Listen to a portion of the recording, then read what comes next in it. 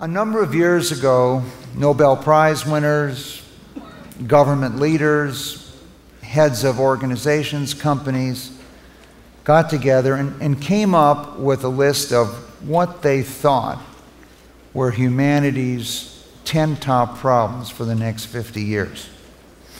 And luckily we have these business innovations that all three of these individuals have been involved with that have changed the world as we know it.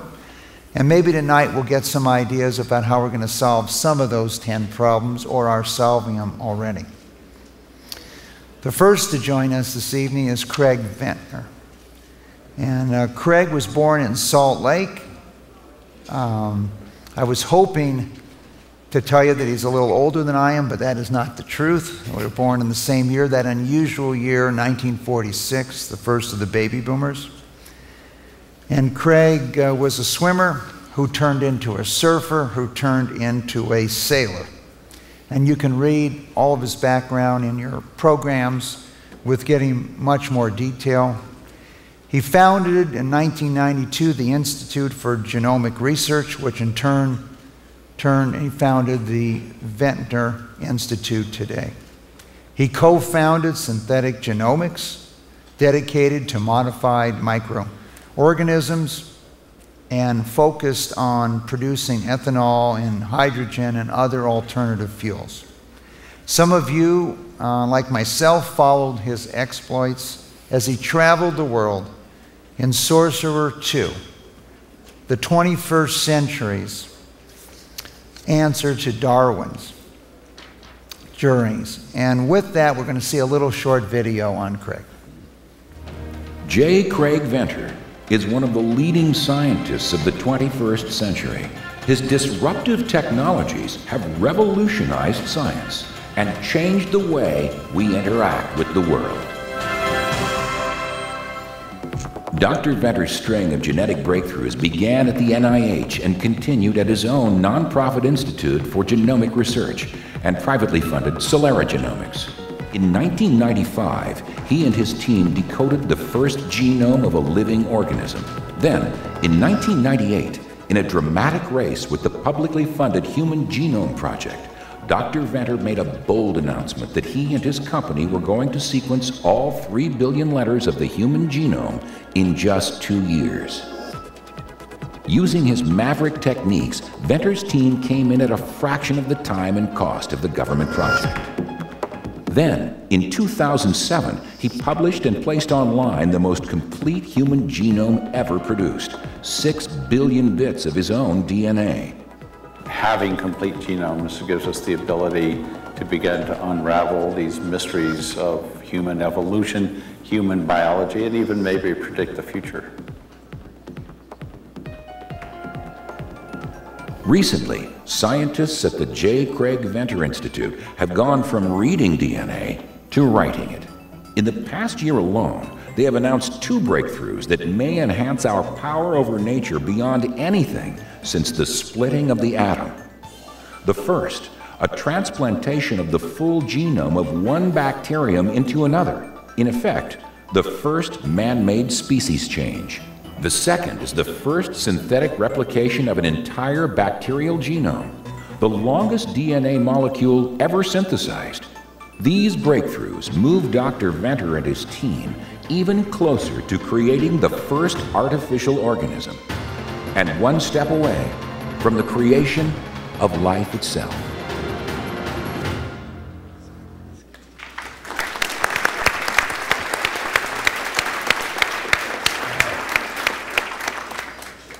You know, Craig, in some ways, the world knows more about you than any other person on the planet. Craig was the first person on the planet where we got to see his entire human genome. And why don't you let us know who number 2 was, Craig? Jim Watson just published his genome in the last week. So we now have 2 out there. We need another 3 billion or so.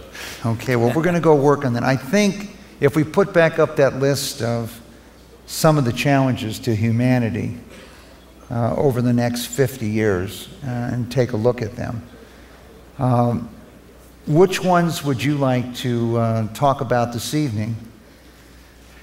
Well, after sequencing the human genome, my colleagues and I looked around at what we thought were the biggest problems facing humanity and decided if we can't do something about the environment, I said somewhat facetiously, there's no point in trying to cure cancer.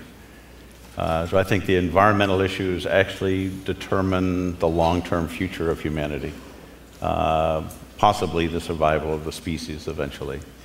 So I would certainly say the environment, energy, water and food sort of go along with those as the big things that society has to produce as we go from 6.5 to 9 billion people. So we've had 150 panels at the conference focused on many of these issues, and many people are going to be very relaxed, Craig, knowing that you've taken 3 or 4 of them on yourself here.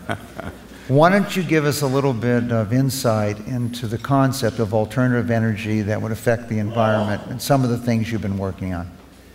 Well, one of the most important concepts is that we are in a society now that is 100% dependent on modern science.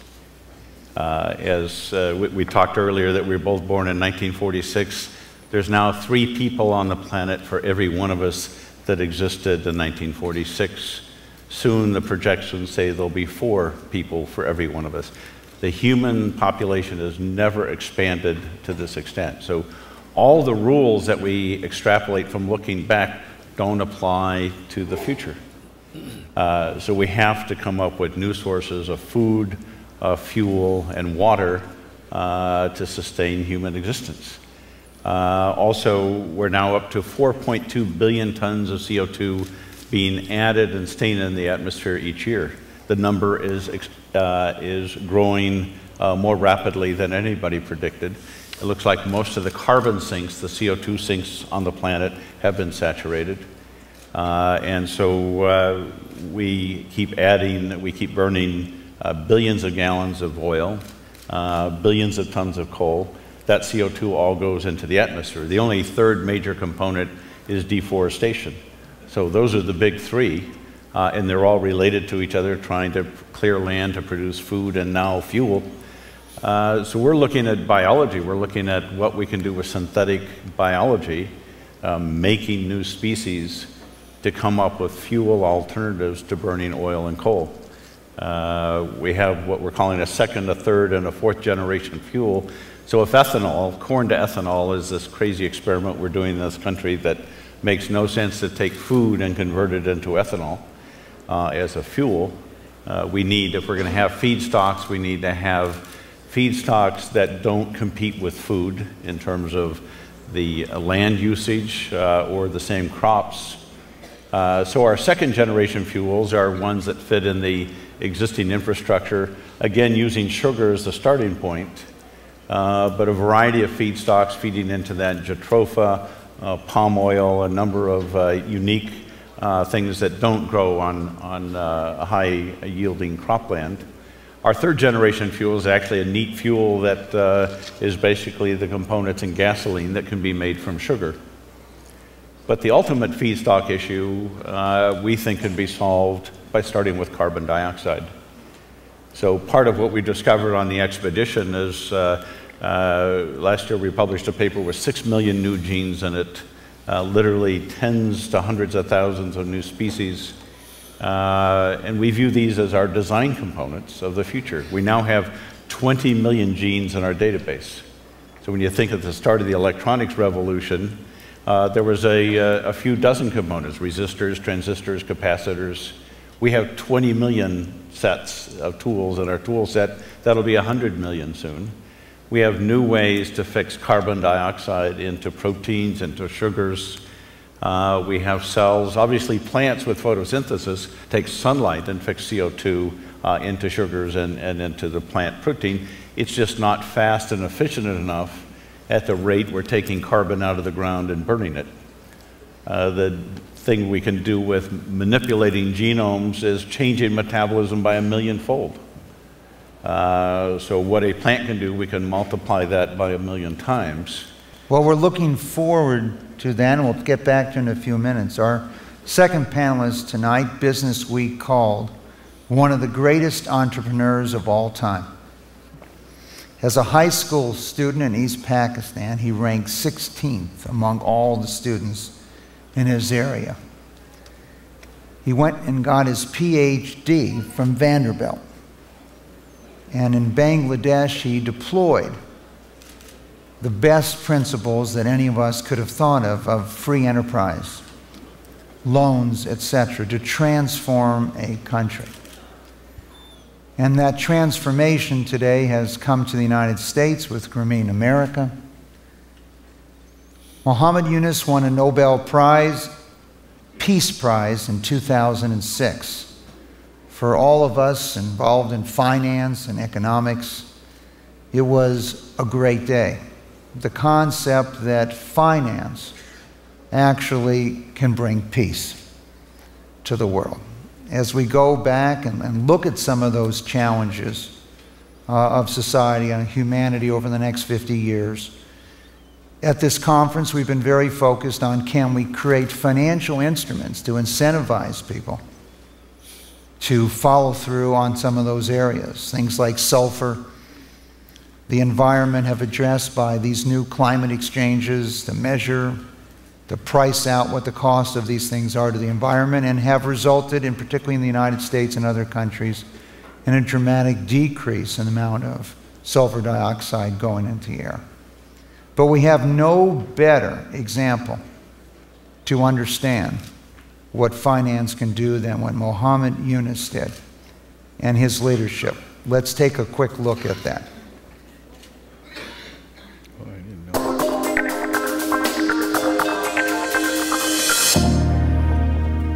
For the first time since it was announced that he was awarded the Nobel Peace Prize for 2006, Muhammad Yunus visits one of the 70,000 villages in Bangladesh where Grameen Bank operates. Born in Bangladesh in 1940, Professor Yunus received his PhD in economics in 1969 at Vanderbilt University in Nashville, Tennessee.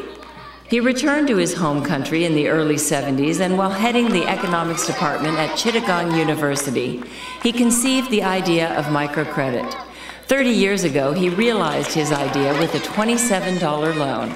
So I took this money from my pocket. I didn't have to discuss with anybody, such a small amount, and I gave it, and they was amazed how it can happen and somebody can give this money without those conditionalities, and they are free from that. And seeing their excitement and happiness, I wanted to do more of it. Today, millions of people, the majority of them women, have been lifted out of poverty thanks to Grameen Bank, and the idea of microcredit has become one of Bangladesh's most important exports. He has had many offers of high positions in both politics and commerce, but has chosen to dedicate his life to something far more important. I think poverty shouldn't exist on this planet. Yesterday, he received the Nobel Peace Prize in Oslo, Norway, and was celebrated with a torchlit parade.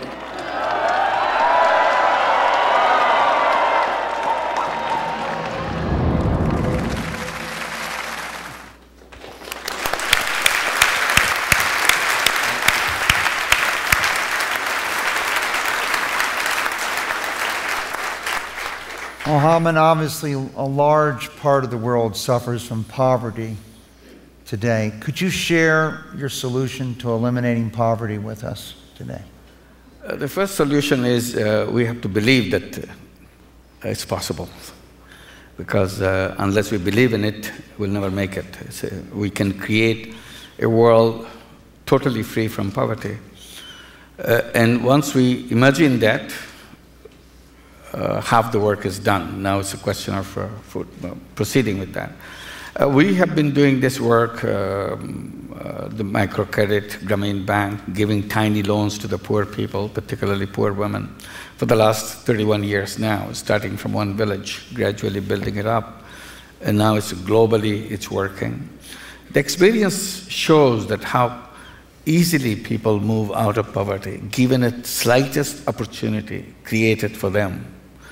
Looking at them, you continuously come up with this conclusion that poverty is not created by the poor people.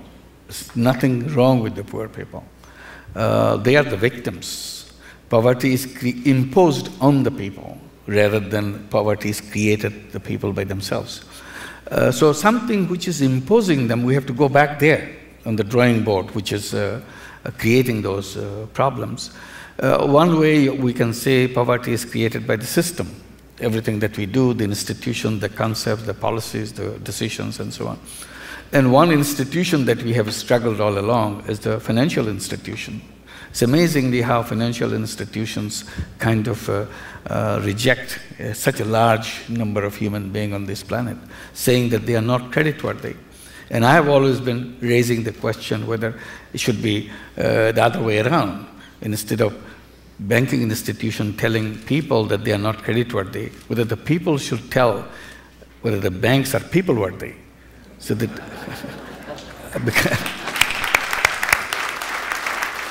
and we started something which we started giving loans, tiny loans to the poor people, without collateral, without any lawyers, and it works. People take these small loans, create income-generating activities, and move on with their life. Well, Mohammed, you know, many years ago, some people's definition of a bank was someone that would loan you money when you didn't need it, and wouldn't loan you money when you needed it. It's so still the same way. you've redefined that definition for us. Well, today what we have done, just reversed it, what you said. The basic principle of banking is the more you have, the more you can get.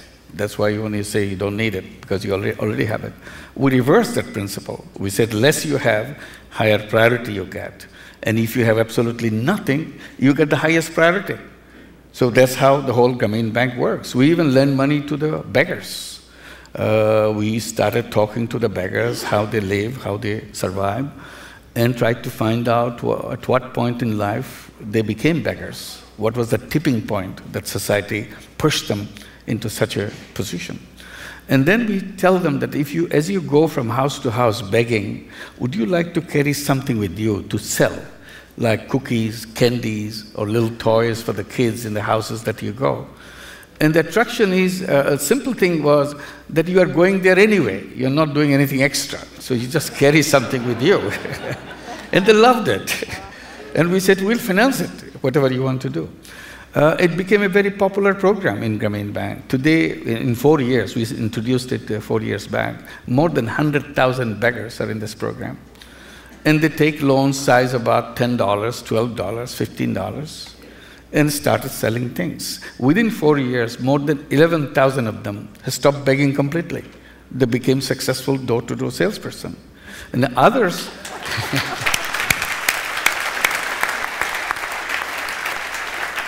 And the remaining 90,000, I would say they are part-time beggars. They are in the process of closing down their begging division. And after all, begging was their core business. So it takes a little bit of more time. So I said, don't rush them, they will figure it out. And it's amazing the way they respond to this situation. They will tell you which house is good for begging, which house is good for selling. I said, that is market segmentation. They know precisely what we want to do. We don't train them, nothing. So entrepreneurial ability in human beings is amazing. You will not see it until you come close to them, start working with them, give them an excuse to open that can out. That is what is wrong in the whole system that we build. We are not encouraging the wonderful gift that we all have inside of us.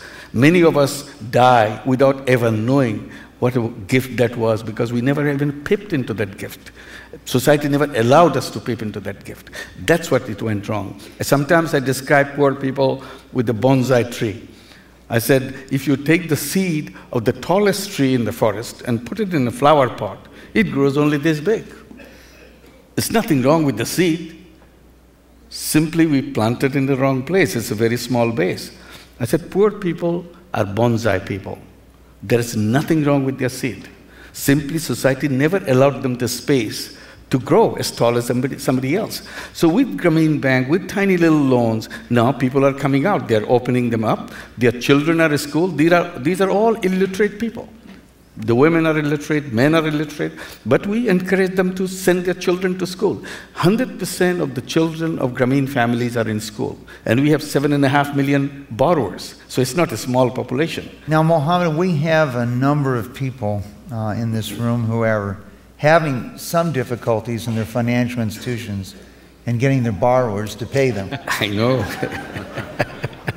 First, I think it might be interesting, as I understand it, you have no legal contracts. Is that We have correct? no lawyers in our system, so Okay. the contract doesn't exist. Number two, you do not take collateral. No collateral. Okay. And number three, you have just a 2 to 3% default rate. Is that correct? Hardly 1%, 98%, 99% repayment all the time. We had no problem with that over 31 years. Well, a lot of us would like to be depositors in your bank from that standpoint. Why don't we discuss for a moment, who are your depositors? Anybody can deposit, but our borrowers are also depositors. We encourage, it's a part of our rule, it's a part of our system, that when you join Grameen Bank, you start out with a savings account. You put tiny little money, as tiny as you wish, but you have to put some money every week. So everybody is putting tiny little money into their savings account. It's amazing how this tiny little money grows so fast. Today, we lend out over $1 billion a year, with loans averaging about $150. 67% of that money, 67% of that money comes from the deposit of the borrowers. So it's a self-sufficient system.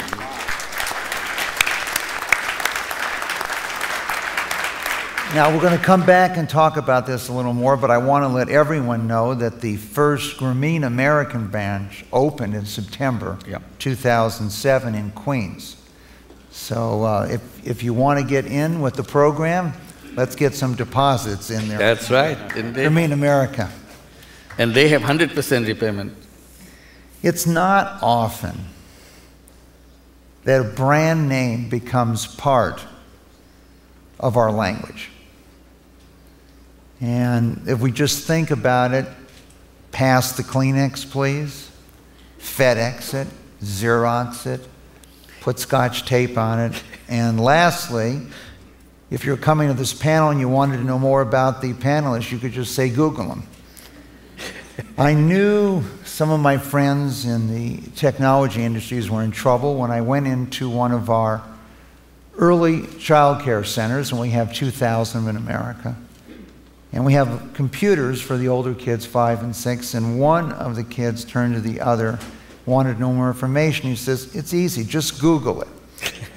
So at 5, they had penetrated a number of years ago.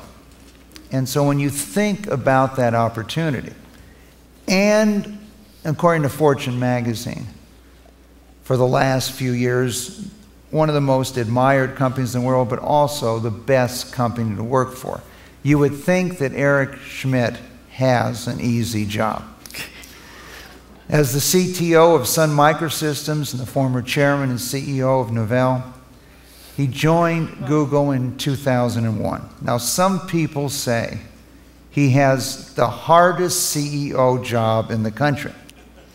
Now, there's 10 reasons that Eric has given us to work for Google. So, one, lend a helping hand, and life is beautiful, and the others. But why is this described often as the hardest job in America? One, he actually does share authority with 2 highly, very opinionated co-founders.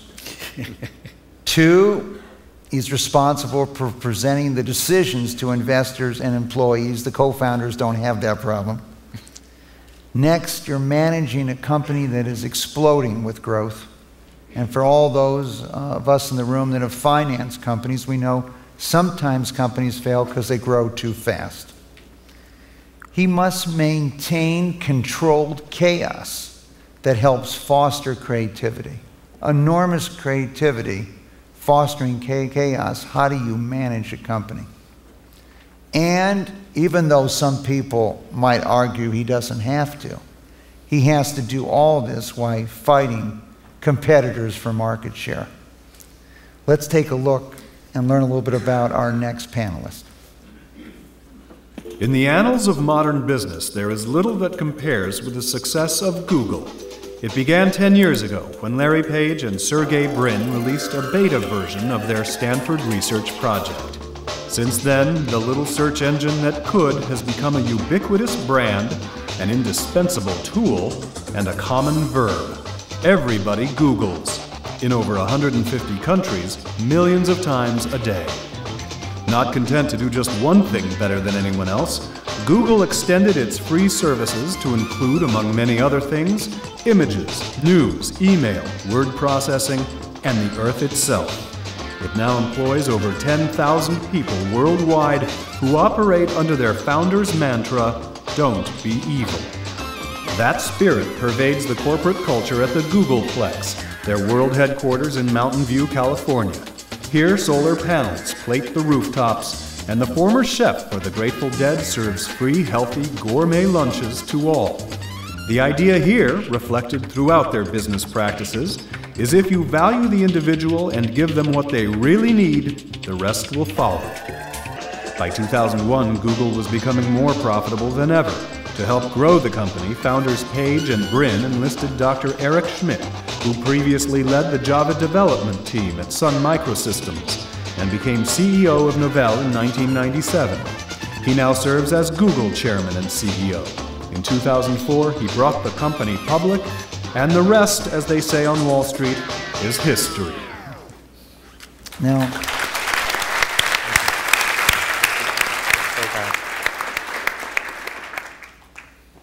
Eric, a lot of people build small companies, but growth changes them dramatically. I think we'd all appreciate if you could describe the culture of Google to us, and how do you sustain that culture as you've grown over time? Well, thank you for that, and it's certainly an honor to be here with such an incredible conference. We believe in scale. We believe in the power of information, and we use it all ourselves. We believe in small teams, and we believe in creativity of small teams. So the company is chaotic by design. Teams are constantly coming up with new ideas, and we have a set of values that you were so kind to highlight, starting with don't be evil. And we debate and debate. Is this a good idea? Will people like it? And we organize around better search and making advertisers happy. How did you come out with that idea of don't be evil? Well, would you prefer to be evil? No. I mean, it seems pretty simple. Seems like a simple organizing principle, and I think with... Well, at Sun Microsystems, was that an idea? They were more focused on their mission, which was around... And at Novell did... Same thing. But in Google's case, it's really a value. And one way to think about Don't Be Beagle is my first year, I thought the whole thing was a bunch of crap. So, I come in, they're all young, right? And you're sitting around the table, and an engineer, they're having a conversation, and then an engineer, whose name is Ron, says, "That's evil." And all of a sudden, it was as if everyone had been accused of being criminals. Everyone jumped underneath the table. It was almost just like, oh my God, there's a bomb in the room. It's evil. And it was as if you pulled a ripcord in a factory, and it forced the conversation. So what I learned about Don't Be Evil is that since we don't yet have a book which defines exactly how technology can be evil or not, it provokes the conversation. It allows us to determine through consensus and through the way we do our decisions what we should do. I have lived in certainly in the last few years, very much focused that the power of information is really the story of all of this. If I think about the incredible things that the three of you have accomplished, all of them have had the aspect of information and communication. And when I think about going forward, it's obvious to me that the rate of change on the internet is accelerating. It's not decelerating. That the technology that people are working on is going to give us even better opportunities to do the kinds of things that each of you are so famous and so extraordinary at. But even more importantly, the other billion people who have never had access to that information will now become part of our world. They'll be able to participate. They'll be able to take advantage of the things that we all saw as we were growing up, the great educations and so forth. And that's a great calling. Eric, you've said ubiquity first, revenues later, a very interesting business model. I don't know how many people have ever financed companies with that concept at that time. And if you build a sustainable eyeball business, you can later find clever ways to monetize them. Now, to my knowledge, that wasn't the strategy at Sun Microsystems, nor was that the strategy at Novell. How did that culture, how did that idea occur? Well, we've always known that if we could build large audience businesses, they had value, but we could never measure it. But you know that people are spending time with your information. There must be some way to get value out of that. It turns out that new techniques in advertising were the solution. And so we've taken the position, and I guess we have the luxury now, of we just focus about getting people to use our services. So if you love spreadsheets, we have a great one for you. If you love calendars, we have a great one for you. And ours are clever, they're interesting, they're new. They do things that you could never, and you'd never think calendars were that exciting. Trust me, our calendar is incredibly exciting because it interlinks with everything else. You and your family and your activities and so forth. My point is that if we can get you engaged in Google, we can ultimately find an opportunity to show you a targeted ad, and targeted meaning about what you're currently doing, and you're likely to click on it. Many people don't even see the ads because they realize that in most cases they don't need them, but when they need the ad right ad is there.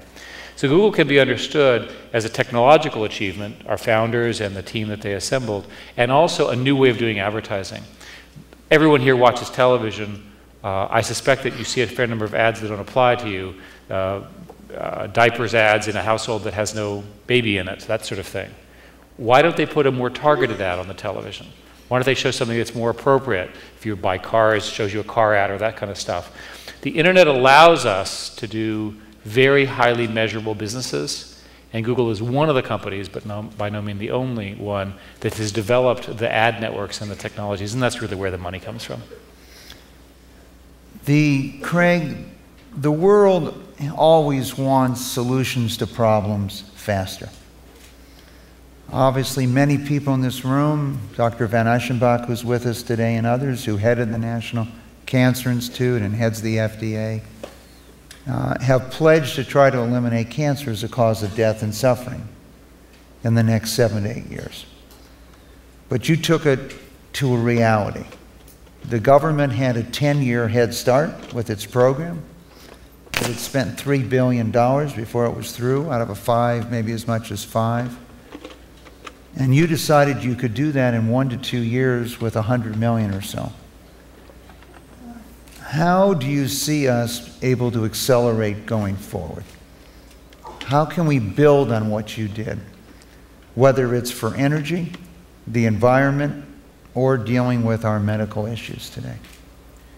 I think a lot of science, particularly in this country, is done in a very parochial fashion, became very dependent on government funding, and set up a system that funds the average, seldom takes risk.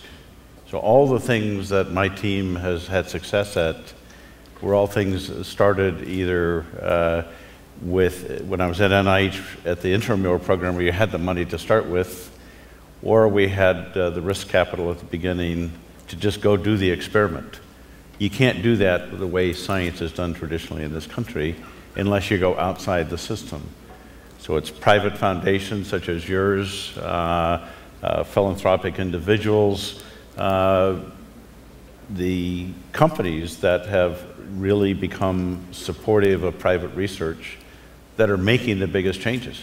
The government is way behind on the energy crisis. Here it is one of the biggest issues in national security, and the money is a tiny fraction of simpler fields trying to push the equation. It's all being driven by venture capitalists now and private money. I think, Craig, you've made a really interesting point here in that we've had all these things come together. The concept of defense, national defense, the concept of safety, of freedom, of the environment, all surrounding energy. And it's been, it's surprising that governments haven't played a more active role, but the lessons to be learned from what you've done in decoding the human genome is that private industry might be able to do it faster by taking the risk. What vehicles are you using going forward to achieve that? Well, in fact, if there's not a financially viable solution for energy, there won't be a solution.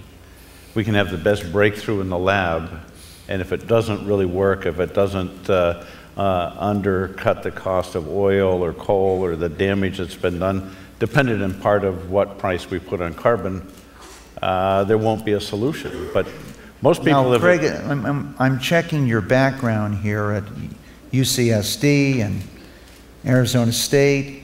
It sounds like you spent some time at the University of Chicago there with your free enterprise discussions. Well, it's just from watching things over my lifetime of what works and what doesn't. My scientific colleagues come up with some phenomenal science, but very little of it actually changes the world. We can see with Mohammed's work how one simple idea can change the world. That doesn't get applied to science. What do you think the pace is to solve this issue of energy, environment? I think with the capital that's going into it and some of the ideas, 3 years ago when we proposed trying to use biology to solve the energy crisis, nobody even wanted to listen. Now there's probably 50 to 100 companies getting formed a year with people now bringing out ideas. It's a way of changing thinking. Just like Mohammed said, you change how you think and approach the problem, all of a sudden it's doable. It's not that it took us only 9 months to sequence the human genome. Why in the hell was there a 15-year, multi-billion-dollar program to do it in the first place? Why wasn't there innovation?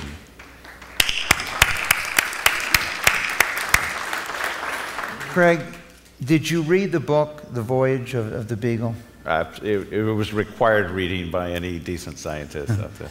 Now, when you decided to take the Sorcerer II out, 100 feet long, I guess you had a crew of about 12 when you crossed the ocean. What were your objectives on that voyage? Well, it all started with a simple experiment of knowing, here we are, we're looking at the genetic code. We knew the environment was important. There was no way to measure what was in the environment. Most people assume there were very little life in the ocean. It's in part because scientists were using 100-year-old technology that Pasteur developed. We just took DNA sequencing to the ocean, filtered some seawater, and discovered 40,000 new species in a barrel of water. It's life that nobody even knew. So now any child can take a cup of water and make more discoveries than scientists in the past 50 years. I mean, it's really remarkable. And so we're just now able to see further. Darwin had no idea these organisms existed because he couldn't see them. It's beyond our visual limits.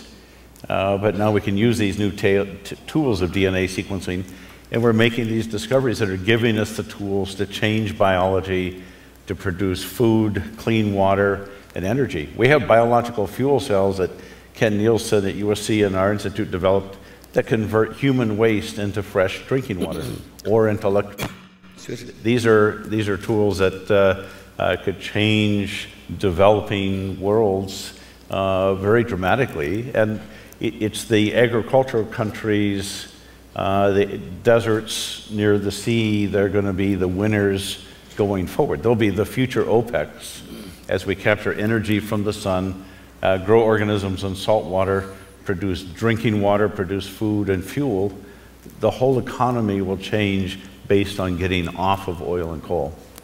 Speaking of another technology, many of the people in the room, Mohammed, were involved with the financing of the cellular telephone industry. Oh.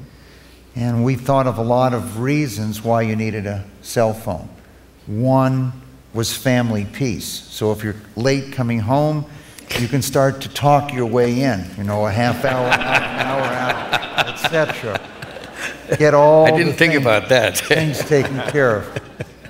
But Grameen Telephone has found another use that we never thought about. Why don't we talk a little bit about that? That's right. I'm a great fan of information technology. As soon as it came to an explosive stage, I got totally mesmerized. This is going to change the whole world, and particularly it will change the life of the poor people.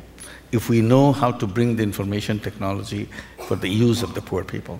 Today, information technology comes for the use of the people at the top, not for the bottom. So we need to use it for the bottom.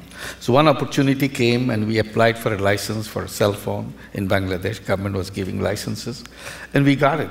Our idea is to bring... What did it cost you to get that license? Well, it didn't cost anything, so that's what you hit it right, but we were lucky.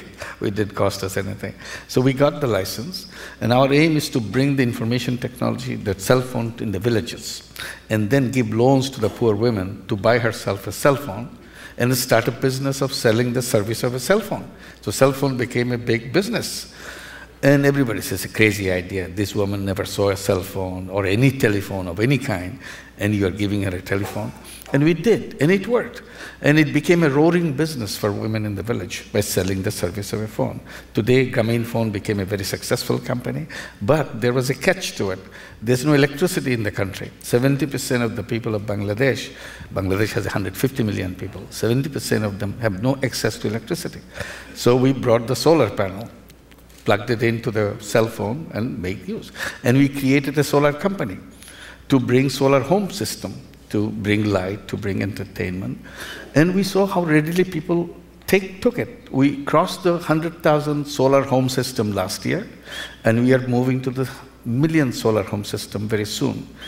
And the catch is, and every time I say, if we could reduce the cost of the solar panel from $3 per watt to $1.50 per watt, if the technology will make that happen, I think I can guarantee that every home in Bangladesh will have a solar home system. And we don't need to.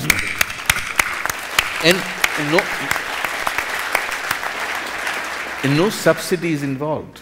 People are just buying because it makes sense. With $100 plus with oil price, kerosene and everything went up. Now, so you're just bringing it down so that people find it easy to have and we have plenty of sunshine. There's no problem. It is estimated by one of our other panelists, Nobel Prize winner Stephen Chu, that we're only using about 8% of the sun's energy that hits Earth, and it looks like you're going to be able to deploy a lot more of that at this time. Eric, one of the things that we've spoken about here is speed and time, to market. And Craig has redefined speed. Now, you're strategically patient, I understand. In fact, you gave a talk where you said it might take 300 years to achieve the mission of organizing the world's information. Now, do you see a problem with Wall Street expecting to read 1,200 quarterly reports from Google before you accomplish that mission? As you know, the fundamental goal of a corporation is to change the world. It's not to solve any one particular problem, shareholders, employees, or even customers. We've taken the position, and we have organized our company with dual class in such a way that we can achieve this, that we're not as sensitive to the issues of Wall Street. And because we have a good financial model, we don't need financings and so forth very much. So we have a luxury that many other companies do. We can take the long term. If I told you, for example, that there is, in every minute, there is 10 hours of YouTube video being uploaded, what are they watching? It's beyond me. If I told you that in the year 2019, it'll be possible to have an iPod-like device that has 85 hours of video, which means that you won't be able to watch it if you start as a baby until your death, all the stuff that's on this iPod. It's a very frustrating device.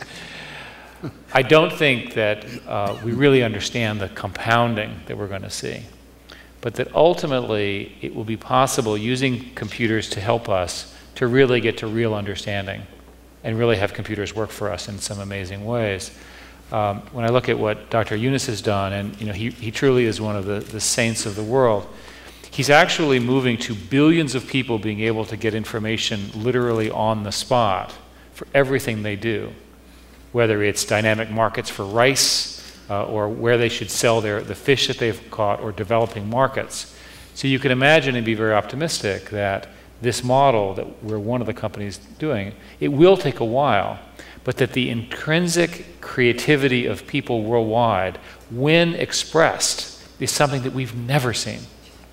Eric, if we take that a little farther, is this increasing technology and interconnected that it provides people, a woman with a cell phone, to find out that the person manufacturing fabric is charging her too much for the fabric she's using by checking prices in the city?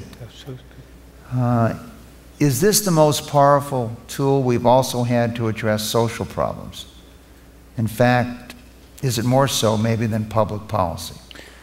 Well, you're talking about mobile phones or technology in general? I'm talking about access via the internet and this technology. I think it's an open question. I think it's a question for people at this conference to debate. I have my own view that information is power, but that each of the sort of, if you think of their four major societies evolving now, you have Europe, you have the United States, you have China and India and associated countries. Each of them is different. I made a list. Europe, educated, thoughtful, rule of law, empowering. The US, innovative, creative, surprising, individualist. China, monocultural, chaotic, controlling, confronting individual truths. India, following, accelerating, merging of cultures. Each of those is a different societal experiment which is now encountering this influx of information. And I don't think I know which of those is going to become the dominant, or will they all rise, or does one fail based on all this new information? But what I do believe is that the way in which information is used in those cultures will determine how successful they are.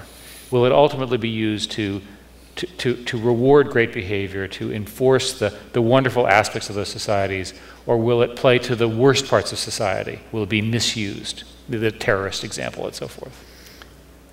Craig, when we think about the power of computing and data storage today, we can only dream of what it might be in the future. But we do know when Jonathan Simons, when I first met him, who today is the CEO of the Prostate Cancer Foundation, what he could accomplish in one day's work of decoding the human genome in 1993.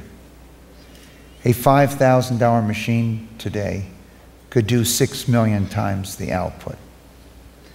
Is technology at the level that you believe you can use it to solve problems today? The cost of decoding your human genome today was when? It's about $1.5 million to do a complete diploid genome today. To compare that, Monsanto in 1974 estimated it would cost them $150 million to decode one gene. Yeah. So we've gone from that. What do you think the cost would be for us to decode everyone's genome per person? Well, where's that headed? Eric and I are both part of the XPrize Foundation, where we have a $10 million prize for whoever gets the technology to do roughly a $1,000 genome. I expect we'll be writing that check sometime in the next 5 years. Really? I'm in trouble now. That's good news, I guess. Well, I've offered. Eric will be writing that. But it's changing very rapidly. But it's key timing to do this, because what we need, as we talked, is not my genome and Jim Watson's. That proves it can be done and shows the information is important to get. We need at least 10,000 genomes and all the associated phenotypic information. Imagine all the information it would take to describe your life, physically, mentally, that we're trying to understand the genetic links and the environmental links. If we have 10,000, that's a starting point for answering every fundamental question about what's nature and what's nurture. That's the way we're going to solve disease. That's the way prostate cancer and all these other cancers are really going to begin to be sorted out, because we have, it's like the problem of information that Eric talked about. With 6 billion letters in our genetic code, 23,000 genes, and these work in combinations in our 100 trillion cells. We need large data sets, and we need to be able to attack them computationally. One lab at a time, looking at one gene at a time, is not going to solve disease. We've been lucky thus far with that there's been progress at that level, but the major diseases and issues facing humanity won't ever reach any degree of conclusion or satisfaction unless we tackle some really big problems. Mohammed, the Nobel Peace Prize, not the Nobel Prize in economics. It gives many of us who believe in capitalism and democracy, hope that capitalism and democracy are road to peace. How did you see winning that prize in peace versus economics? Well, one issue that I have been always focusing on, that poverty is a threat to peace. If you leave it behind, this will become the thriving ground for all kinds of violence, all kinds of disorder you can think of. Because after all, the violence and terrorism, all these things come from some kind of extreme sense of injustice. It's an economic injustice, it may be political injustice, it may be social injustice. Poverty is an economic injustice right there. So if you leave it behind, people will be extremely, extremely against the system that created that. And it's very easy to recruit a very hostile person, give him a food or give her a food to fight for a cause, whatever decides, give him a gun and he will there. So this is what I always argue, that the improvement or elimination of poverty is an enhancement of peace. So this is the connection that we see. And for capitalism, what I have been saying, that it's a wonderful idea, it works so well, but it's not complete. Because somehow the concept of business is such a narrow concept. Because the concept of business is to make money. That's what the maximization of profit, that's what the business is all about. And that puts interpretation of human being as a very narrow sense, very limited sense, as a one-dimensional being. Human beings are not one-dimensional beings, they are multi-dimensional beings. They want to enjoy things, do things in a multifarious way. But business world cannot capture it. So we have to go out of the business world, become philanthropists, become a charitable person, and so on. I said, no, we can accommodate it within the business world itself. If we create another kind of business, business to do good, nothing for me, but for everything for others. That's a new set of business. We call it, say, social business. We can create such social business and address many of the problems that we are leaving behind. Nobody's addressing them. For example, there are very many diseases where the vaccines are already developed, but nobody produces it.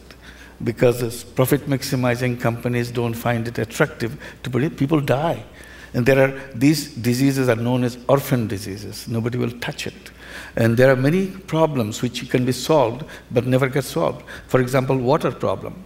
Problem of, in Bangladesh, we are the sufferers of this climatic change and all the things that is happening, sea level rise, and all the pressure is coming to our land. We are the first front line of the victims of climatic change. Along with it, something is happening with our water, is arsenic contaminated.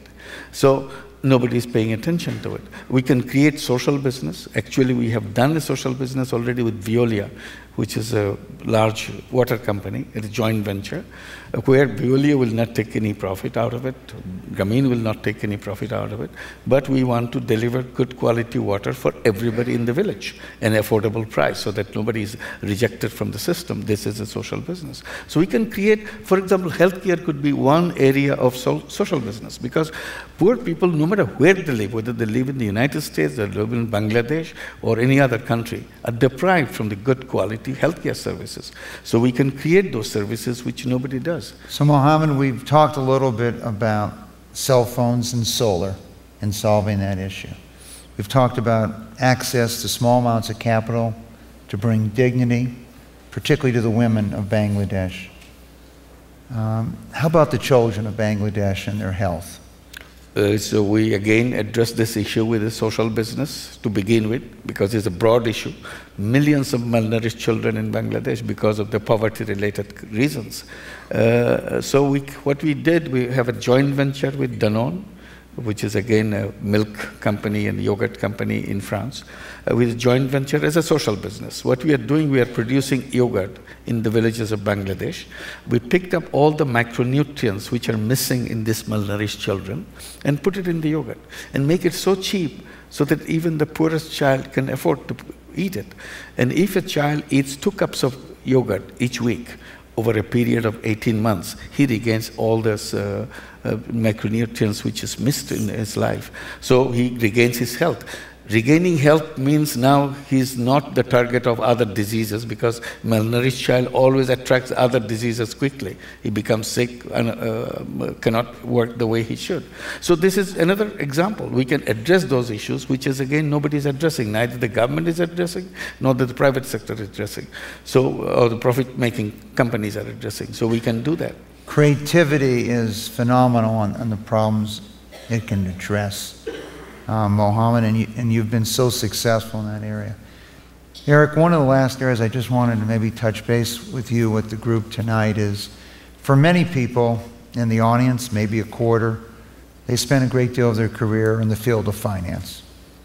When I was a student at Berkeley, I was able to access data free, which allowed me to test theories on my punch cards at the time on a 360. But one of the problems in medicine has been lack of access to information and data, for whether they're undergrads or grads or PhD students, and the ability to access information that could be useful. In Megatrends, John Nesbitt wrote about almost 25 years ago that there's a lot out there. There's a lot of information, but how do we turn that into knowledge? And much of what you've done at Google, whether it's Maps or others, holds that opportunity. How do you see what you're doing to be used in the field of medicine, medical information, DNA, and other things that are coming down the pike? Well, Craig, of course, is modest about this. One of the things he invented was a new way of building computer software that actually helped him do the DNA work. Sometimes the invention in computing also goes with the scientist and the research. And I think the same will be true in health. We know today that there are large databases that we can index if people want to give it to us, and it's relatively easy to do that. We are also working hard to develop personal health records so that people can have their own health record, and that data suppliers will give that information to the person, and then they themselves can develop their own medical record, and then they can carry that with them if they go to doctor, the doctor can work on them. So once again, now we have the data sets, and we have the personal health records, the x-ray scans, and that sort of stuff. Then the next thing is to build software that interconnects the two, that says these new patterns have emerged. Think of this as disease tracking, epidemic tracking, but on a scale that's never been done before.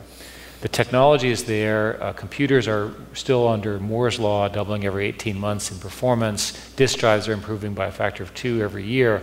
So for the next 10 years, we have the capacity, we have the computing coming as these network gets built, and a generation of people inspired by, for example, somebody like Craig will sit there and say, what can I now discover? What's this new insight? And that will be used for health. That sounds great. And I'm looking forward to using it myself. Me too. Craig, we have a couple minutes to go. What would you see as the best thing you could achieve between now and the next global conference? And what resources or what do you need to do to help you move along that path? Well, there's 2 areas, but I think if more importantly right now we can prove the concept that we have ways economically and scientifically to wean ourselves off of oil and coal, I can't think of a better contribution to humanity, just changing that thought and having other people help provide the thousands of solutions that we need. On the human genome side... What do you need to help you achieve that? Well, it's a complex area. We have a government that's doing subsidies of corn to go to ethanol. I would rather have no regulation than have stupid regulations.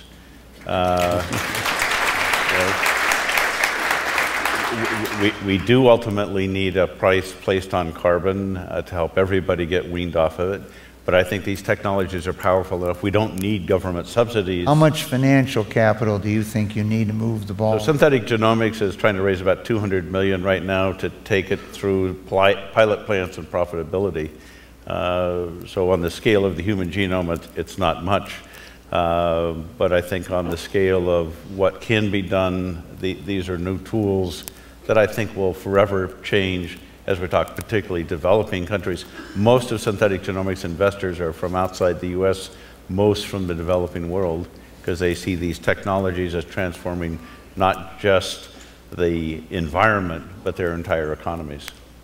And your number two? Well, and then on the human genome side, we have to really start scaling up this experiment so that you can go to Google and get information, have your genome, and compare it to tens of thousands to millions of others. So the government's not going in the right direction there. We need institutions like the Venture Institute to, we're trying to push forward to do 10,000 genomes over this decade with all the associated phenotypic information. That's only going to happen with private funding. It's not going to happen with government funding.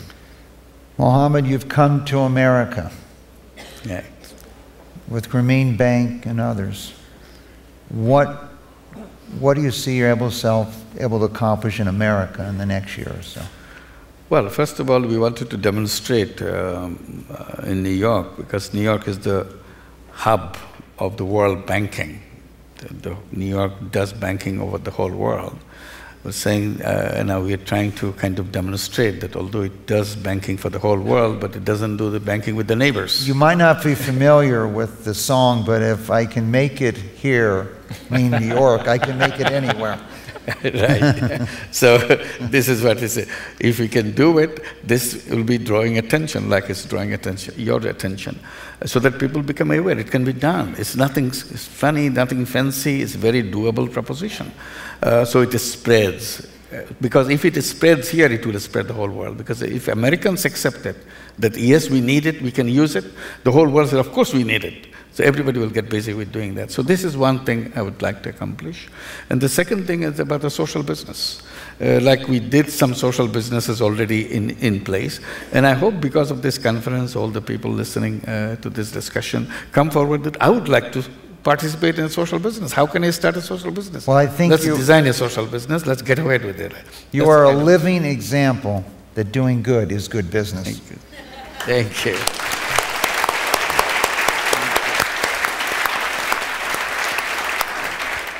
So, Eric, I'm going to ask you a different question. You know, you don't have much time to relax. What do you do to relax? You know, it's often said we think sometimes of our best ideas where we're not at work, whether it's in the shower or whatever it might be. Do you get them when you're flying? Do you get them when you're looking at art? I know two things you enjoy doing. Where do you unfortunately, I fly the airplane, so it's better if I'm not daydreaming.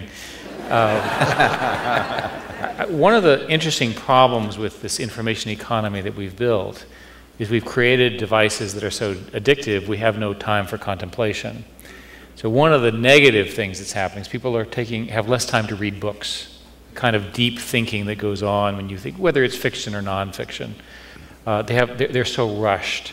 So what I try to do is at least have a little bit of time, typically on the weekends, to actually have some thoughts as opposed to just rushing from point to point. What I was thinking about is I think about the idea that you would end up with the largest set of solar houses by virtue of your Bangladesh work. That is a phenomenal idea.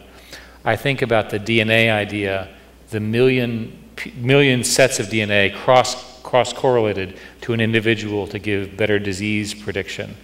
These are ideas that truly can change the world. Well, somebody has to have them. We're fortunate to have two people who have done so. You, of course, invented a large set of financial instruments with a sort of similar stroke of brilliance. That brilliance just occurs. And when it occurs, it's important to respect it. Innovation occurs, and we try at Google to manage it to the degree one can manage innovation. It occurs randomly. It just occurred on Thursday. We try to spot it, we try to protect it, we try to nurture it. And I believe that if we look at the environment issues, if we look at the poverty issues, we're creating platforms for innovation, my term, not a term that others use in those industries. But those platforms, the ideas are now coming, they're germinating. And by the way, they're coming because there's bright people everywhere. And they have Thursdays and Fridays and Saturdays to have clever ideas.